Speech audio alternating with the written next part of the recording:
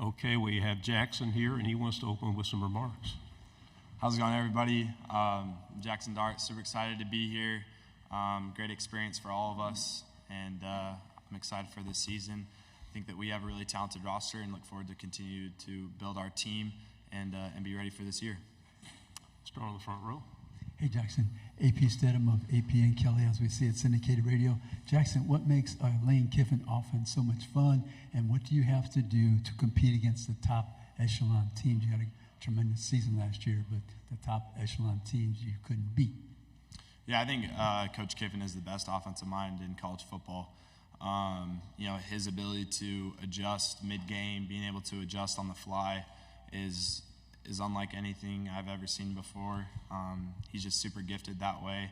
And at the same time, he's somebody who can really form and mold an offense based on his personnel. He doesn't run the same offense every year. He bases it off his personnel and being able to put his team in the best situation to succeed. And I've grown and learned so much from him, and I'm very grateful to be able to play under him. And I think from a team standpoint, I kind of mentioned it in my opener, just we bring in a lot of talent through the transfer portal, and we're able to retain a lot of guys. But talent doesn't make a team. So we got to continue to grow together and develop our culture. Left side. Jaxon, Bradley Davis, WAPT Sports in Jackson.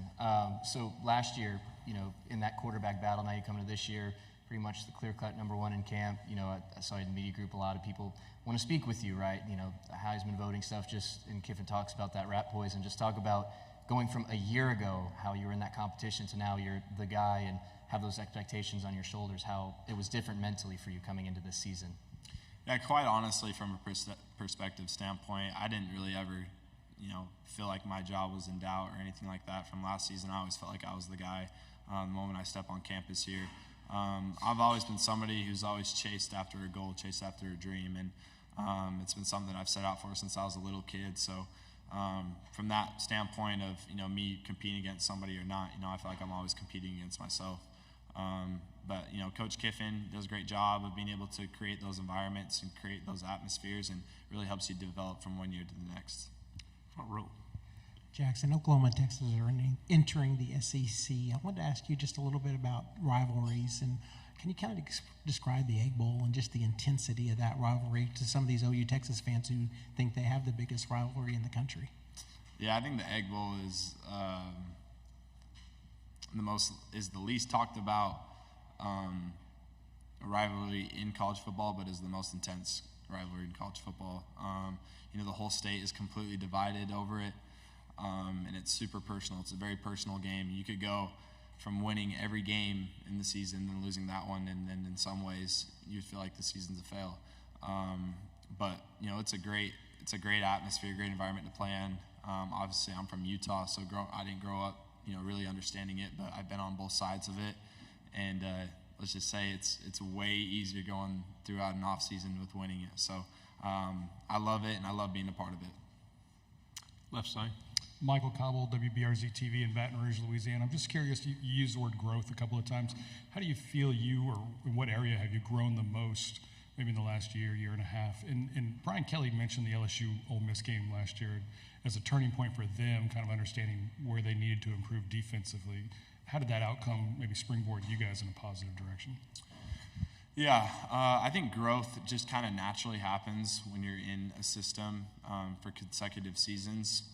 But at the same time, I feel like I've grown a ton in just like my leadership qualities and being able to, make those relationships with my teammates so that they can trust me and, in high intense moments, you could say. But I think the biggest thing for me through my growth has been leadership and being able to kind of bring along the guys and set a standard and an expectation. From the LSU game, that was probably one of my favorite college football games I've ever played in. Just like an old school shootout, not a lot of defense being played that game, but it was a lot of fun, and I think it definitely springboarded us throughout the season, just giving us a ton of confidence and knowing that regardless of if we're down 2 scores in the fourth quarter, to never stress and that we can pull it out in the end. Right side, second row. Mason Young, Tulsa World. Jaxon, you're one of several veteran quarterbacks that are going on now multiple years in this league, but there's also a lot of new guys at the quarterback position. Any advice for those guys just in terms of what it takes to excel at that position in this league? Yeah, the term veteran is kind of weird to me because I feel like I'm still pretty young in college football. I just turned 21, but at the same time, I understand it. I think the biggest thing that I've learned through college football is that you truly have to live in the moment. There's so much movement nowadays, and coaches could be gone any second. With the transfer portal, you could see a teammate one day, and the next day he's gone. So just trying to get as much as you can and taking every moment and taking advantage of it. It's a lot of fun, and a lot of people, I think,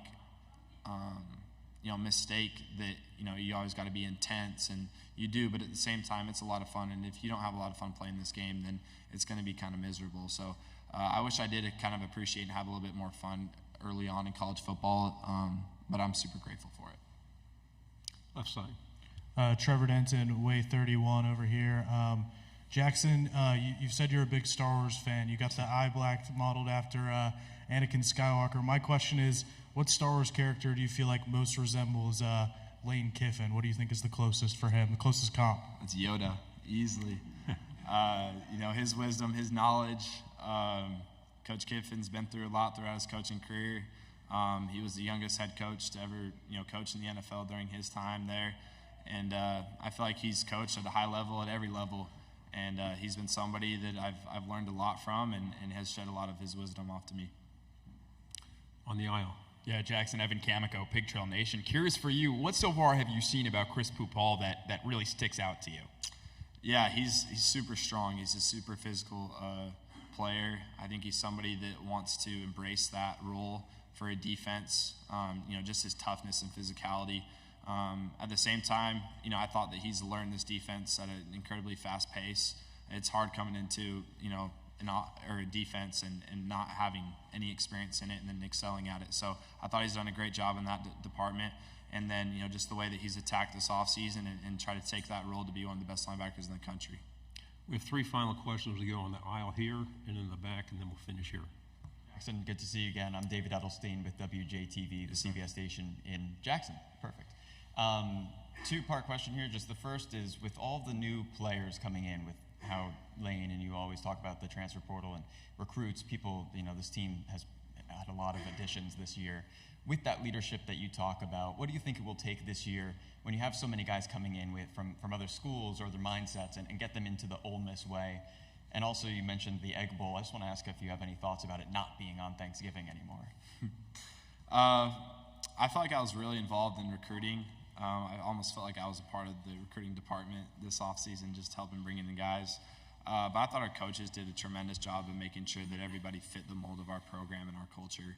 I feel like the transfer portal recruiting is a lot easier than high school recruiting because, they want to understand the more business side of things and then also understand, what's my role going to be and how am I going to be used and how are you guys going to use me in this way and this way. And, there's not as much things that come along with it. But I thought the biggest thing that they did was choose the right guys and choose the right people to be a part of this program, which has made their transition a lot easier.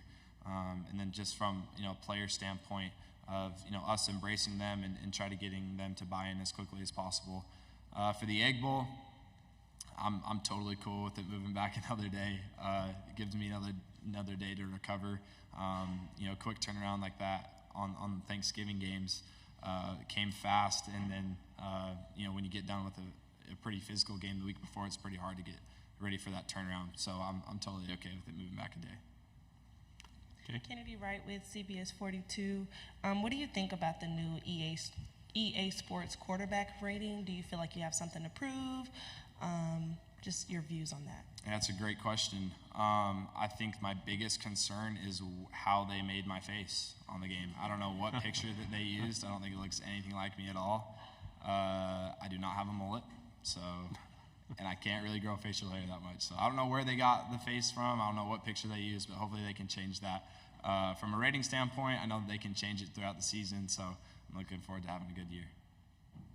Final question. Okay. Kaylee Jo Hummel, OU Nightly. With what you know about Oklahoma from your time in the portal, what advice would you give them about playing in Oxford? Yeah, to be honest, when it came down to the portal, it was Ole Miss and Oklahoma for me when I had to make the decision. I have great respect for Coach Venables. I think he's going to do a tremendous job there of his transition into the SEC. Oklahoma has always been an elite program. They've always played at the highest, and they've been very successful. So I think that they'll do a really good job of transitioning into this year. And I'm just happy that we're able to get OU and Texas in, because I feel like that even proves more of why SEC is the very best conference in college football. So I'm excited to play against the best, and it'll be fun when we get to play them in Oxford and have that game kick off. Thank you, Jackson. Appreciate it. Thank you, guys.